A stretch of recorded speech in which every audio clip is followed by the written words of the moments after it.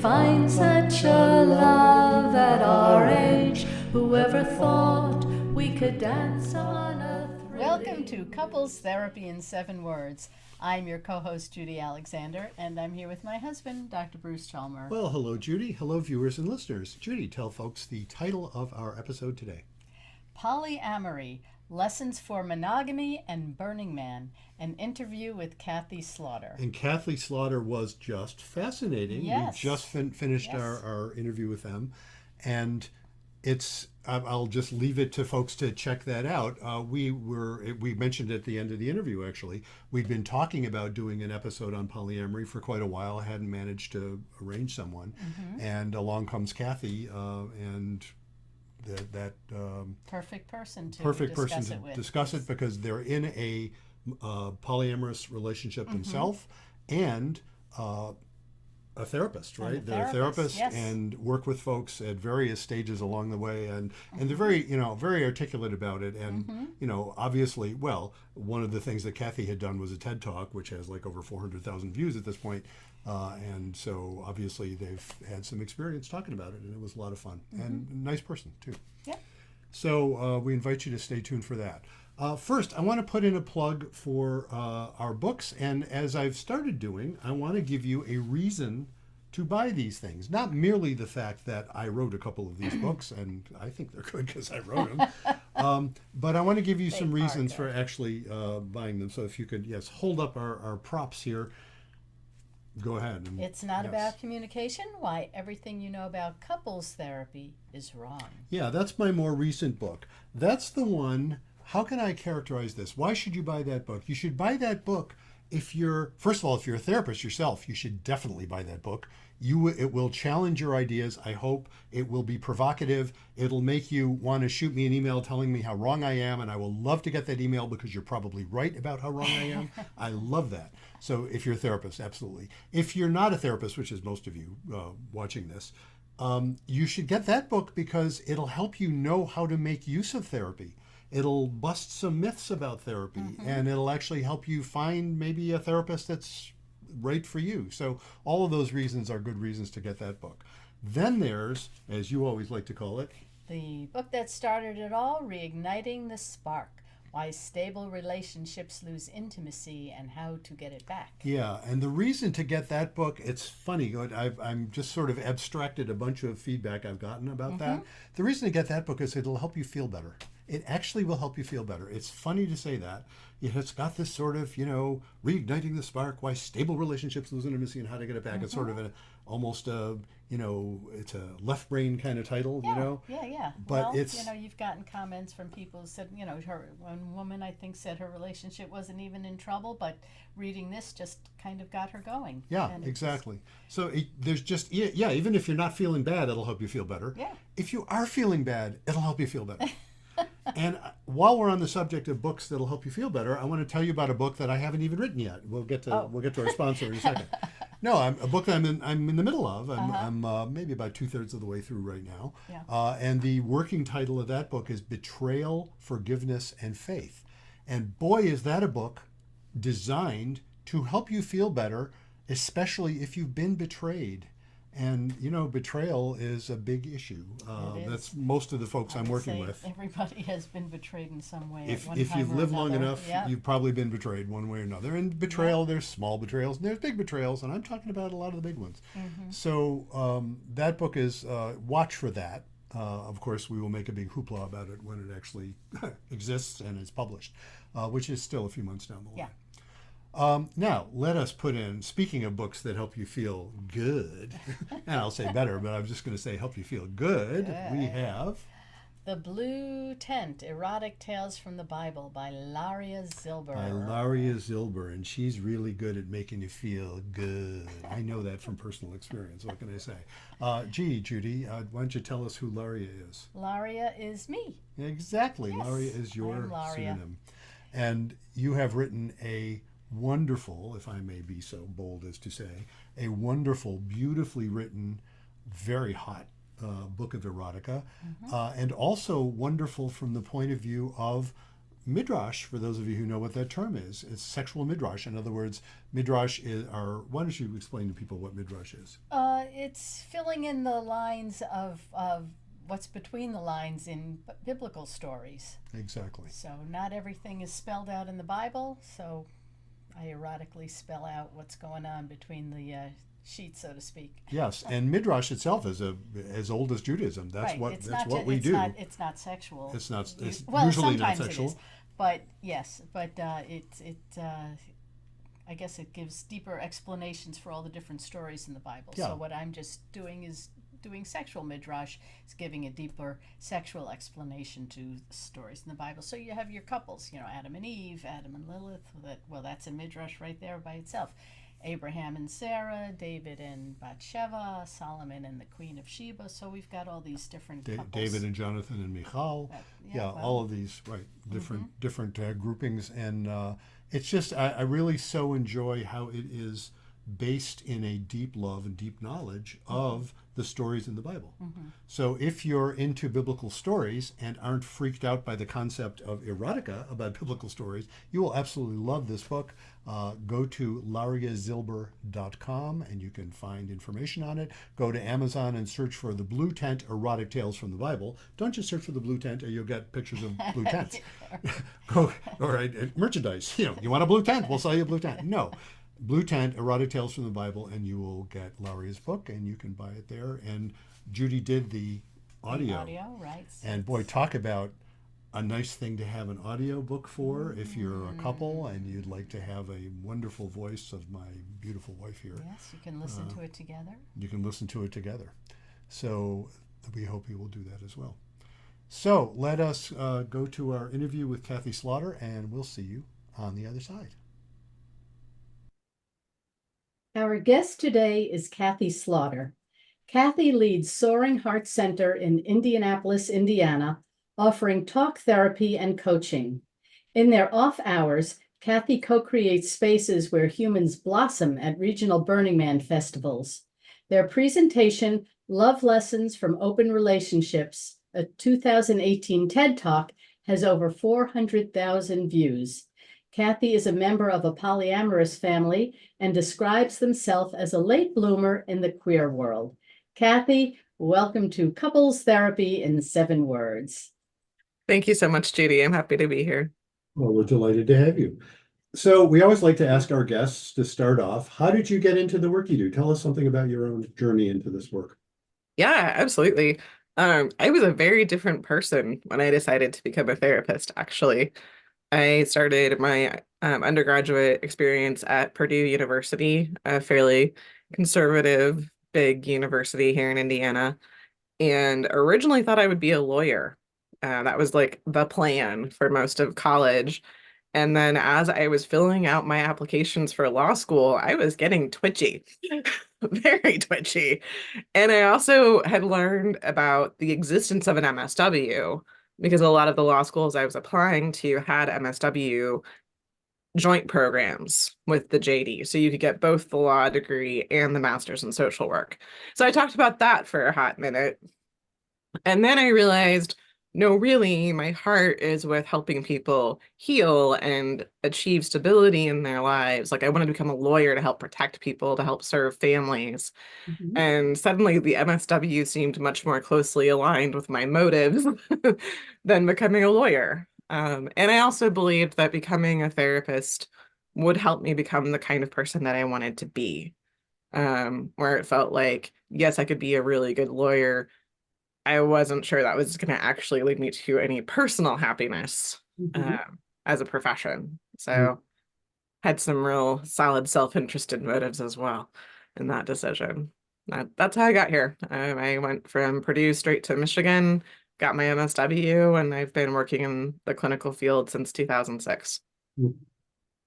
What do you mean that you're a late bloomer in the queer world? Okay.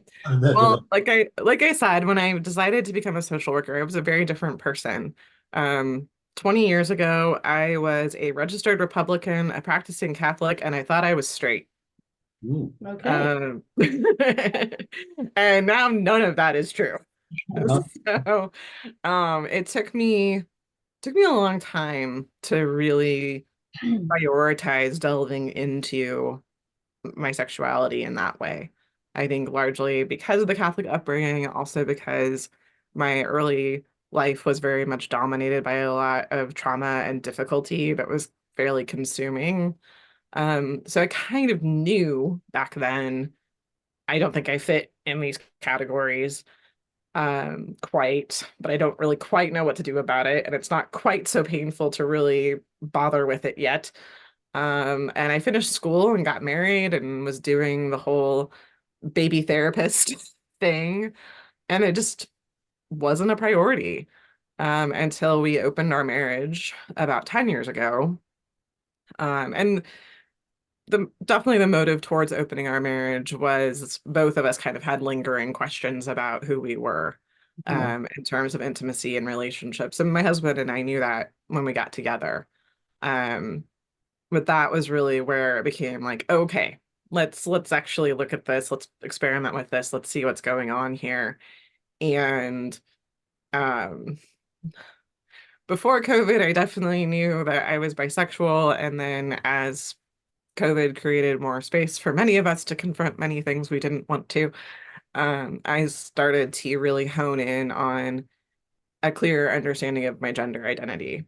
Because I started identifying as queer in my mid-20s quietly, mostly to myself, Mhm. um, from a very like love of it being an open-ended label.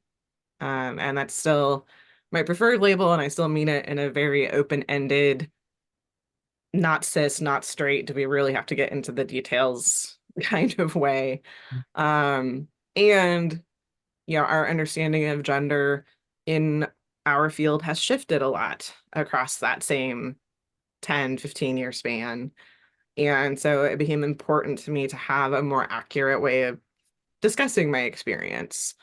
So at this point, I would say I align with being non-binary Mhm. um, in a very loose fashion. And yeah, all of that came. Non-binary, which is I love the paradox. You're loosely non-binary. Yes. Don't exactly fit into the not categorical category. Right. Sort of fit into the not categorical category, which I just think is really cool. The word queer itself, I'm old enough to remember when that word was used in other contexts, simply meaning different or odd or usual. Mhm. And it's sort of come around to mean that. Of course, it had its pejorative meaning in the, accusing people of being queer also had that sort of Definitely. nasty meaning. But in being reclaimed, it's always fascinating because it's interesting as you describe your own experience. You just don't want to be pushed into a box you don't really fit in. Hmm. And yet you need a way of describing that. Right. Right. And it's part of my point of view as a therapist, as a philosopher, because that's my undergraduate degree, is a deep-seated skepticism of the notion of identity as a fixed continual category. And so while I understand how much labels and narratives matter for those of us who aren't part of the more mainstream experience, because our voices have not been heard before, so it helps to have a platform from which to voice them. I'm still very skeptical of identity as a fixed thing. And so especially when I speak about who I am using those labels for myself, it makes me a little uncomfortable. And that's part of why my love for using queer remains so strong. Um, and like I said, it became important to give people a little more information about where I see myself, mostly for the purposes of conversation and connection.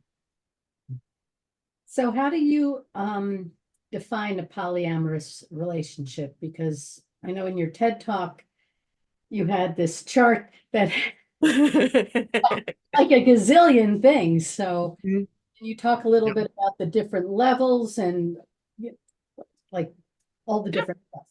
Absolutely. I'm glad you brought up that chart. It's one of my favorite graphics I because love that chart. I Yeah. know. I'm looking at it like I had to stop it so I could read it. Mhm. Yeah. Yeah, that chart. So that chart shows all of the range of non-monogamy, including cheating, which is very much not a part. of ethical polyamory or any kind of ethical consensual non-monogamy. Listen, right? If you're calling it ethical, then I guess it's not cheating. Yeah. Right. And cheating, like it's not cheating is like one of the like very baseline starting points that our community feels like we have to stress a lot, because it is one of the most fundamental things that makes it ethical. That makes and it's the fact that everyone is consenting, and that there isn't, because to me the real pain of cheating is the betrayal.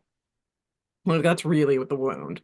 Mhm. And so if everyone's consenting and everyone knows that you're fooling around with other people to some degree or other that you've all agreed to, that betrayal piece just is gone now. So it's not an inherently harmful way of relating, because of that. Absolutely, everybody must be on board and must be consenting as like the bedrock start point.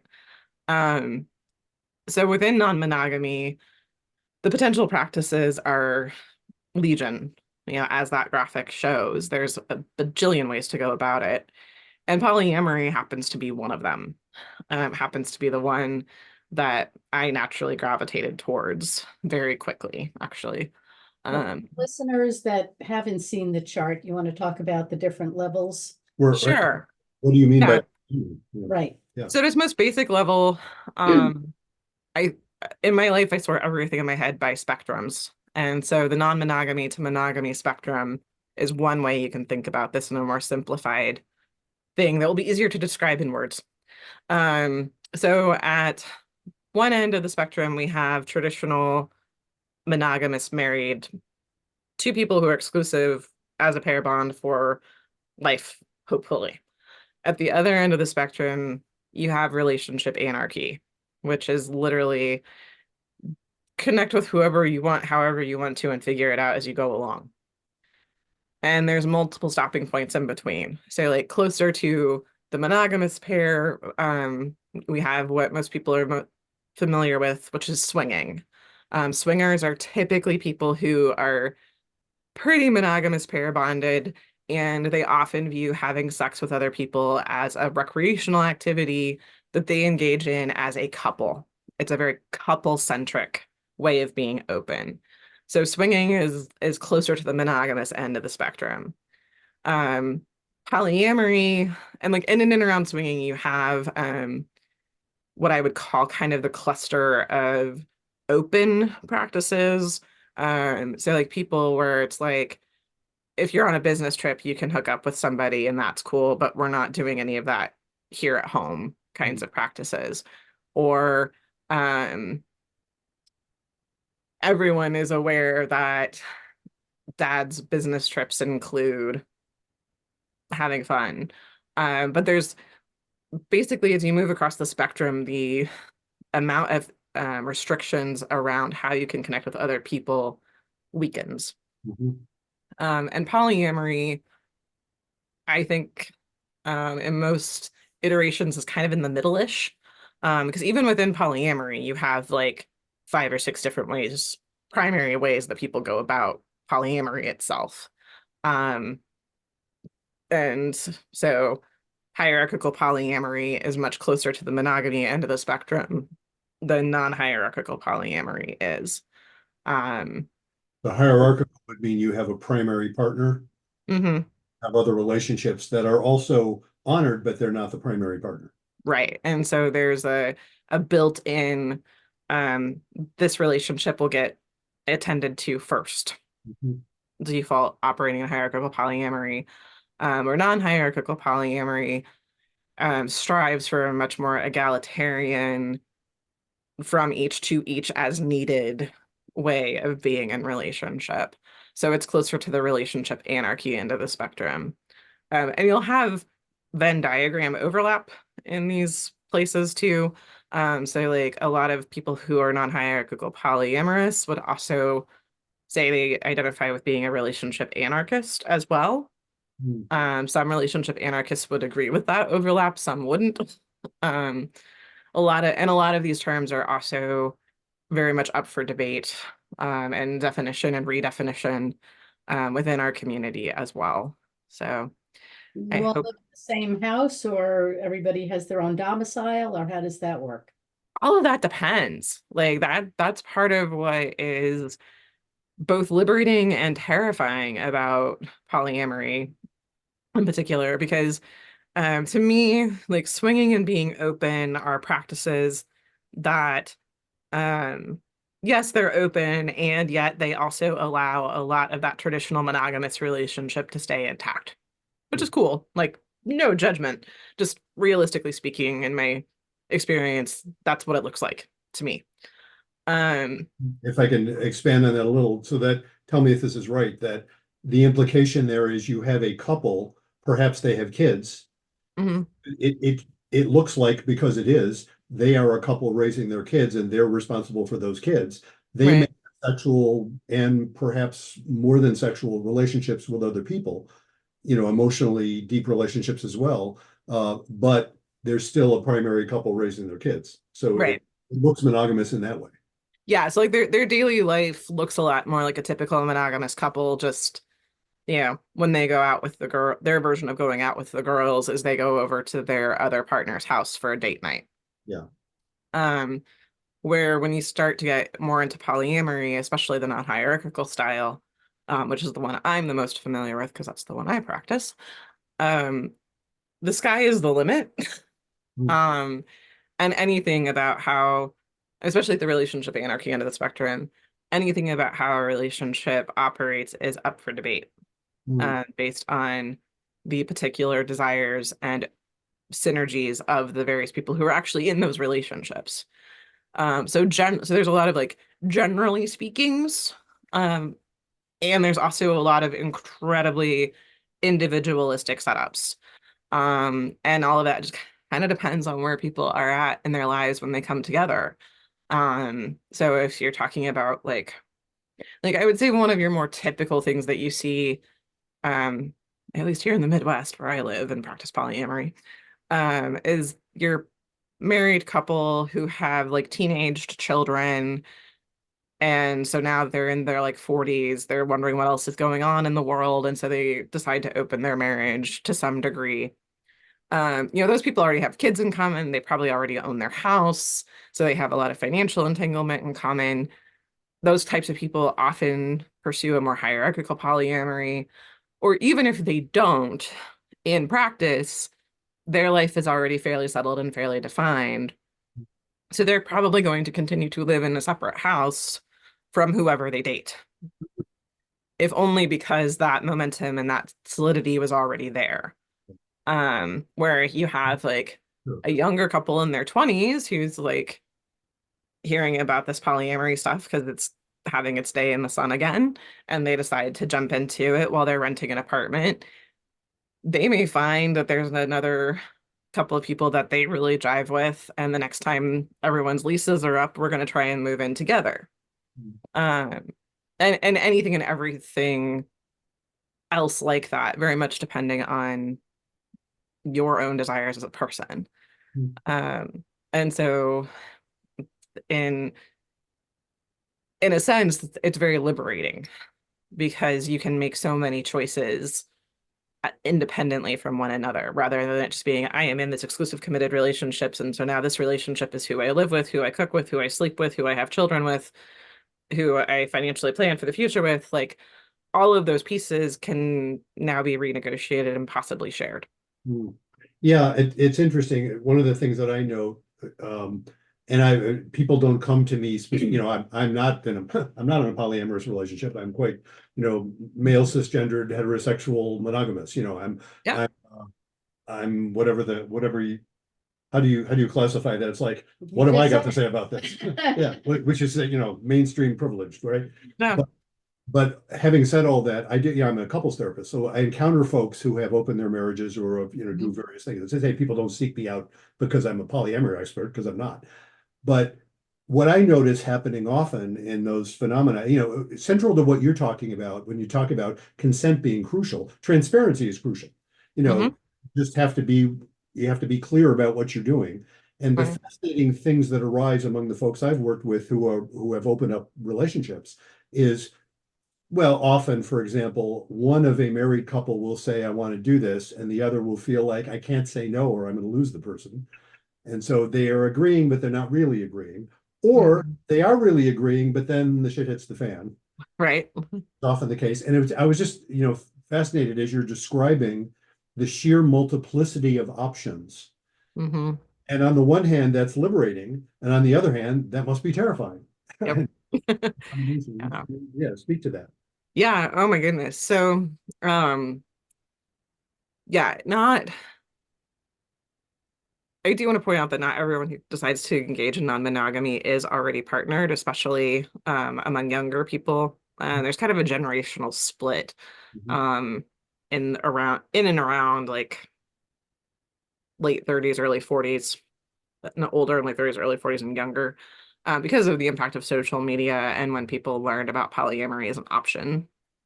Um, so not talking about the younger kids who are figuring this out sooner and diving into non-monogamy the minute they dive into dating at all. They're having a different experience. Mhm. But going back to like our typical opening couple, most of the time, I would say 99% of the time, someone out of that pair led the charge, said, Mhm. this is what I want.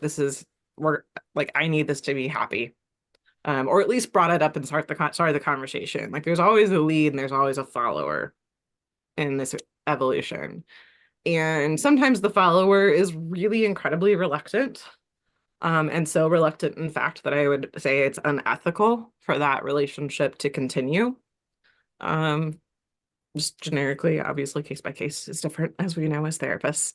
Um, but a lot of times, what happens is the person who's not leading the charge, even if they're interested for themselves, sometimes the person who's leading the charge, feelings happen. And so I've met a lot of people who are in this place where they're like, intellectually, I'm committed to polyamory. I understand the values and principles. I understand what I stand to gain from this lifestyle shift. I'm here for it. I'm committed intellectually. Let's go. And my heart is freaking out and dragging its feet and losing its mind. And what the hell do I do now? Because these two need to actually come back in alignment. And right now they're doing this.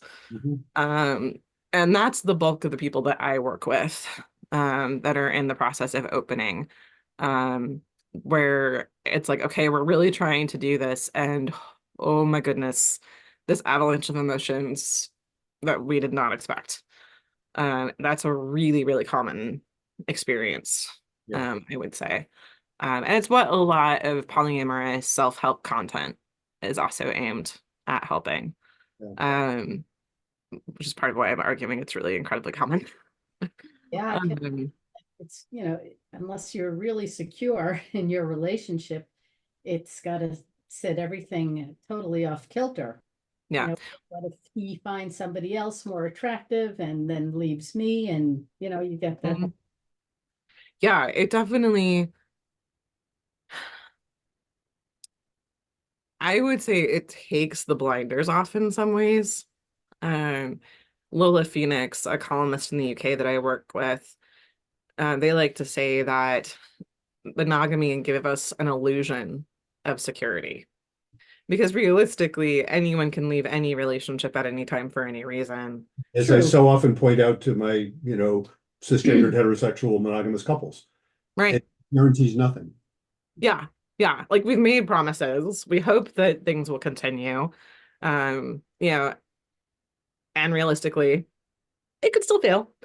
However, when you decide to be non-monogamous, you're directly, emphatically saying exclusivity is no longer the basis of this relationship, and that is out the window. Mhm. And so any of the insecurities or foibles that those promises were papering over now come to the Mhm. top of mind, top of heart experience, and it is rough.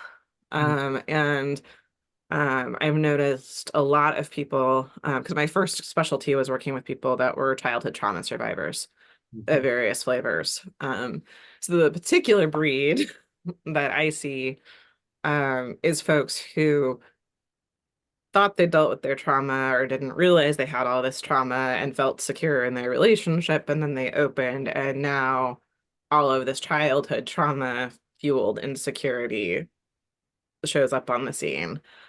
And these are often people who are like, oh, can I even do polyamory? Can I even practice this lifestyle? This is so painful to me. Yeah.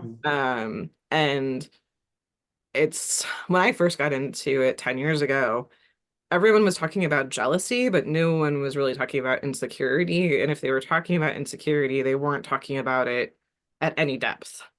And so there were a lot of us running around going, okay, I'm doing all the jealousy things and it's not remotely touching the depth of the pain I am in. And so part of my work has been to also create containers that can help people who are newer to polyamory learn how to handle their emotions and co-regulate and feel grounded within themselves, because now you've taken this relationship and made it more fragile, Yeah. or at least seemingly more fragile. I think, did I notice in your material you were trained in EMDR? Did I see that? I am, yeah. I am too, actually. I haven't done it for a while since I've been focusing on couples, but in terms of helping people deal with old trauma, so Mm-hmm. that at least whatever's going on in the present isn't triggering that old stuff anymore. Then Right. they deal with the present day stuff. I would imagine that's helpful in the work that you do with folks. Yes, absolutely. That's very much that's a lot of what I do with people. And also just helping folks really rebuild their idea of what it means to be in a romantic relationship with someone, to identify what pieces are important to them, how they want to be treated, what makes them feel loved. Thinking about those kinds of questions more deeply and more specifically than we're accustomed to also is a really core component of the work I do to help people feel comfortable in this uncomfortable adventure they've chosen. So if people are considering a polyamorous relationship, would you recommend that they see somebody like you who's been there, has dealt with tons of couples, so you could point out to them the pitfalls, like, Yeah. what I'm saying? Mm-hmm. That they should be a therapist, in other words, to go before they jump into it, you can help point. Yeah. Anywhere along the way. I'm always welcome to join people. Um, I do think having a therapist in place who, whether they live polyamory themselves or not, I don't think is that critical. Because a lot of the ways that we're trained to work with families and work with couples does overlap. I was actually just telling one of my supervisees yesterday that the relationship between two metamors, so two people who are dating the same person, their Like, relationship to each other is called metamor. wow. So the partner of my partner is my metamor. Ah, Um, metamors often are not otherwise entangled with each I other. gotta tell you, there's a Yiddish word, mechatonim, Yeah. which means your in-law. I mean, it's a Yes. relationship that doesn't apply exactly in English because my daughter-in-law's parents are my mechatonim, but there's no word for that in English. Right. Right. Sons in-laws, but what are they to me? But in Yiddish, they're my mechatonim. It sounds like metamor. It sounds very similar. Yeah, well, and that's so interesting because what I was about to say is in-law relationships are the analogy for metamor relationships. So in terms of what you think about clinically or principles to guide that relationship in practice, you can very much think about it in terms of like, well, how would I try and relate to my sister-in-law? Just in this case, it's not my brother in common, it's my husband in common. But functionally, it's really, really similar. So as long as a therapist is well trained in polyamory, I think they can be of incredible benefit, whether they live the life or not. Obviously, someone like me does bring that lived experience to the table as well. And I think people could save themselves a lot of trouble by working with someone like me or someone who's trained in and around the beginning of getting into it. But also the polyamory community is slightly more intellectual than average, according to studies. And so it's an interesting community in the sense that people tend to do their homework. So we have a lot of um, free education offerings in cities all over the country, that the poly community does for itself. A lot of people read books before they get into it or as they're getting into it. So there's really always, in my opinion, I think there's always been a very strong teach each other um, and be prepared and study before you jump that does exist in this community. Um, there are also people who just find themselves in these practices and then go, oh crap, it's not going so well. What do I do now? Yeah. And those folks are fun to work with too.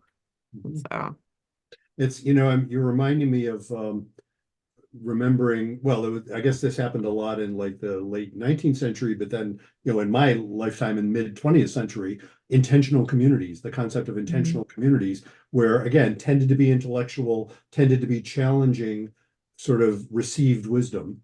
yep. And, well, maybe we don't have to live by these particular principles. What happens if we tweak these? And it occurs to me, it also reminds me of non-Euclidean geometries. Yep. Up in the 19th century around the same time. It's like, what if we change this axiom? What happens then?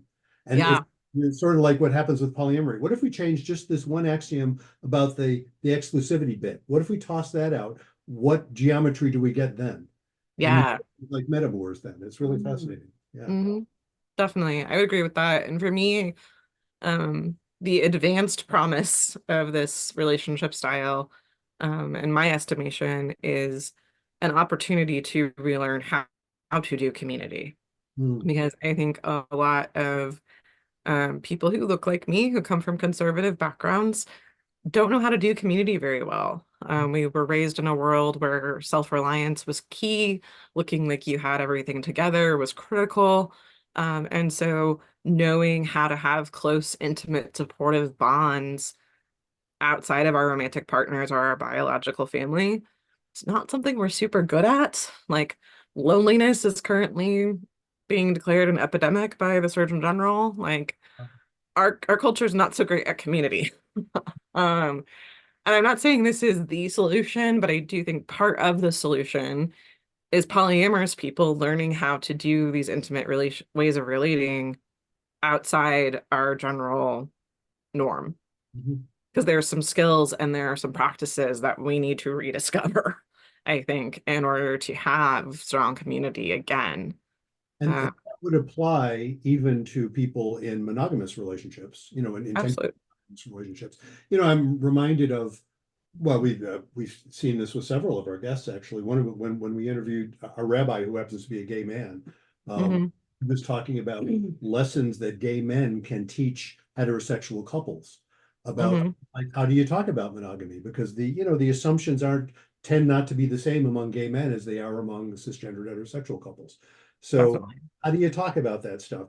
And I think your TED Talk was, love lessons from open relationships. And I think there was an element of that, at least that's what I'm asking about anyway, an element of that about what can we who are monogamous and want to be monogamous learn from the experience of folks who are doing polyamory. Yeah. One of the pieces I talk about in that TED Talk, and I also still think is a big piece, is doing the time to take deeper dive, deeper reflection, getting more specific about what you want and about what makes you feel good. Mhm. Because a lot of us are, I'm gonna stop, pause. I believe an unexamined life is not worth living. Ah, So, also a major after all. yeah, so this always applies to me, but I do think, people tend to follow an expectation of of how their life is going to go and find themselves married sometimes. Yeah. And the one of the terms for this is the relationship escalator, Mhm. where you spend some time together, you start dating, you start having sex, you leave a toothbrush at their house, you exchange keys, you propose, you get married, you have kids. Like there's this very like natural progression that we're all supposed to follow. And I think to me, the invitation from non-monogamous experience is to say, hey, somewhere along there, could you pause and consider, what you actually want for yourself? because that's the piece that I think really matters. My spouse likes to talk about monogamous people who are polyamorous in spirit and ideology, and they're also polysaturated at one partner. Aha. That's interesting. So like they've thought about it, they've put it together, they know who they are and how they want to be loved, and they come to the conclusion, one is good for me. Like if we could all get to that place, I think in general people would have much happier and much more satisfying relationships. That's interesting. There's that, Helen Fisher's work, the anthropologist. Hmm. She's written about this. What she says, sort of studying human cultures very broadly, comparing lots of different cultures, many of which were like isolated from other cultures for millennia. And what we all have in common, if you lump it all together, what we do as a species is serial monogamy with clandestine adultery. That's what we do. Yep. And the serial monogamy part, the culture, all the cultures have evolved that. Hmm. And there are sanctions if you violate it, and yet lots of people violate it. So there's good reason to violate it, and there's good reason for the sanctions. It's fascinating how that stuff all fits together. And so, what was my point? I'm sure I had a brilliant point in bringing that up, but it was related to what we were just talking about. What we were just talking about. Well, we were talking about the idea of transparency. Yes, thank you. Monosaturate. Yes, exactly. What she pointed, and lots of people have pointed this out, even in cultures that allow polygamy, which is almost always one man, many women, Hmm. part of the rules, the vast majority of men in those cultures only have one wife. Yeah.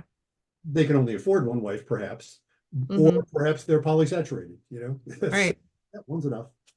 That's Yeah. funny. That's how I feel. I don't know. I've never had any particular interest in polyamory per se anyway, but I've always been a sort of a one-woman man. Mhm. That's who, Mhm. Yeah. it feels like I'm wired that way. Yeah, I would agree with that. And I think it's also there are assumptions that people bring to the table too. And I think I probably overlap with the rabbi you were speaking to earlier with this piece of it is I see a lot of pain when I work with monogamous couples around places where people assumed they were on the same page and found out they weren't Mm. after harm had happened. Yep. So like the example I talked about in my TED talk is this concept of an emotional affair.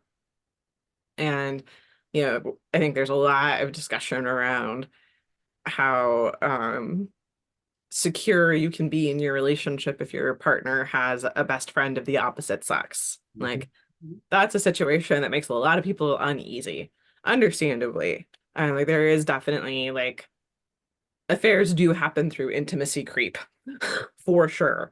So I understand people's caution around that and when they're in a monogamous relationship. The problem is people very rarely pause and say, we're exclusive now, and this is what I mean by exclusivity. Mhm. We assume that everyone has this commonly held definition of behaviors that are and aren't allowed. And generally, yes, true, there's a lot that is very commonly believed and agreed on. And there's also not. Mhm. And I think a lot of times monogamous relationships can deal with some unnecessary turbulence because you stumble across one of these discrepancies in definition. That's Joe Court. We interviewed Joe Court, who's a gay therapist. I know, Joe. Joe, good. Okay. Yeah, well, we interviewed him, and of course, he talks about that very idea that you need to. He was one of the people we got that sense from. Monogamous heterosexual couples need to talk about what the heck do you mean by monogamy, because Hmm. it's just not that well defined, especially in the era of the internet. It's not that well defined. Oh yeah, absolutely. I mean, it's so and for me too, it's also like I have no interest in socially sanctioned what is and isn't allowed definitions in this realm. Mhm. I have an interest in for the people that are in that relationship, the two of them, the three of them, the five of them, do they understand each other and are they making decisions that are clear and in alignment with their values? Yes, awesome. Like that, in my experience, creates really vibrant, flexible, intimate connections. Mhm. Boy, that's a lot of people. It- It had me thinking about, am I remembering the name of this right in physics, the three-body problem? It's Mhm. it's too damn complicated. Like, Yeah. there's too many possibilities. Like you can define those ideas about who wants what, But of course, all of those are fluid anyway. You know, they Mhm. can change over time. And then you're dealing with massive numbers of pairwise and three-wise and however many wise relationships. And so it can get, you know, it can get complicated in a hurry. I mean, It does, it does. And that's part of why, like, whenever I meet somebody and they find out how my life actually works and they're like, man, I do not have time for that. I'm like, you know what? That's okay. You're right. It is time consuming. you said, I Uh, read an article or something where people were commenting the big issue in polyamory is maintaining your calendar. yes. Yeah, or maybe you said, I don't know who said that, but I'd It, heard. Yeah. it's a common quip in our culture. I'm not sure how people handled polyamory before Google Calendar existed. I'm glad I didn't have to. Now, you also mentioned your involvement with Burning Man. Hmm. Want to talk a little bit about that? Yeah, is there anything in particular you want to hear about? Well, I don't really know much about Burning Man, so Okay. Yeah, all right. I've been burning for about 10 years. Um, there's a bit of an overlap with opening my marriage and getting into Burning Man. Those two things did happen rather simultaneously in my life. Um, and let's see, Burning Man in a nutshell. That's a really all I know is that oh, it's a festival. People go into the desert and like lose all their inhibitions and scream at the moon and howl, and that's there's a lot of that, yeah. And Um, burn. There's a big Burning Man, right, involved. yes, yep. Yeah, and part of why Burning Man is hard to describe is because what it is so variable. Mhm. It is very much, well, what do you want it to be? And and Burning Man itself, the main event, the original show in Nevada, um, is an 80,000 person event.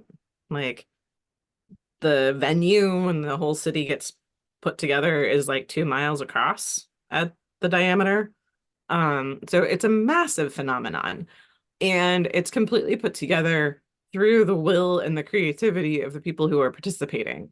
Hmm. So there's no paid venues, there's no advertising, there's no main stage, there's no performers. Hmm. Everything that's happening is happening because some burner decided it needed to happen and made it so. Wow. Um, and so to me, what I love about Burning Man is it's an incredibly potent experiment in community. Again, coming back to that skill set I think we're missing. Mhm. Because when like Burning Man also has created this whole spin-off of smaller events that are similar to Burning Man in essence, but happen all over the globe at different times of the year in different wildernesses. And so I've been to the main event twice now. I've been to 2 dozen other smaller regional festivals. Hmm. And at those smaller festivals in particular, the community becomes much more potent. So like bigger events, the art is larger and flashier. There's a lot more dance floors to go experience. Um, at these smaller events, the art is there, the creativity is there, but you have the time to slow down and really be present with one another with different parameters than we usually have. And that's why I love it so much, and have found it so transformative because you walk into a space where people say, be exactly who you are on steroids, and we will welcome you with open arms. Mhm. And for a lot of folks like myself who felt like they never really quite fit in, like they were always a weirdo no matter where they went, that is an intoxicating offer. Hmm. And the process of watching people uncover who is this self that I want to radically express is just a delight to watch and a delight to move through yourself. And also contributed to my evolution. I am definitely who I am now because I started going to Burns and had a community that was cool with me wildly experimenting with who I was and how I wanted to dress and express myself and name myself. And so I think it creates a venue for healing, honestly, for a lot of people. It sounds a lot like Rogerian therapy, Hmm. it's just radical acceptance, of Yes. yeah, indeed. Yeah. Yeah. Well, thank you so much for doing this. Tell folks how they can get in touch with you. Yeah, we have an Instagram account at Soaring Heart Indy, INDY, for our location, my hometown, Indianapolis.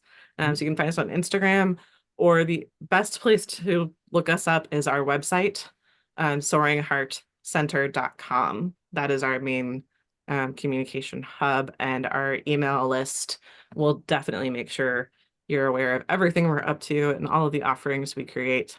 So I would recommend getting on our newsletter is the best way to keep up with us. We'll put that information in the notes for this episode. Thank you so much Thank for you. doing this. Thank you so much. It's been a blast. Welcome back. I learned a lot from Kathy. Certainly had told me things I had no idea about. So did I. It's funny. She was I should say they. She was they pronouns. They were saying at one point, you need to find it doesn't matter if the therapist is living the life, but it's good to find a therapist who really is aware of it. And I'm sitting there thinking, wow, I've never heard of metamours. Yeah, right. And I learned a new term today. I think that's a really cool term. It's an interesting term. But so I would not be one of those therapists who's well versed. Although, Right. you know, do an interview like this, I'm better versed than I was before, aren't I? Yes, we've learned a lot from doing this podcast and have met a lot of wonderful people, and it's nice to have met another one today. And if you know of folks that you would like us to interview, if you are one of those folks that you'd like us to interview, drop us a line. You can go to our website, which you'll find floating above my head if you happen to be watching the video. Most people are hearing this, not watching Yeah, it, most actually. people are listening. Anyway, it's CTIN7, that's the number 7, CTIN7.com, couples therapy in 7 words. If you go to ctn7.com and drop us a line, you can make all those suggestions. You can give us whatever feedback. Please also take a moment to rate and follow and all those things that you can do to let other folks know about our podcast, because we like to spread the word. And I think we've covered what we need to cover. I think we have. Very good. So until next time, Remember, be kind don't panic. and have faith.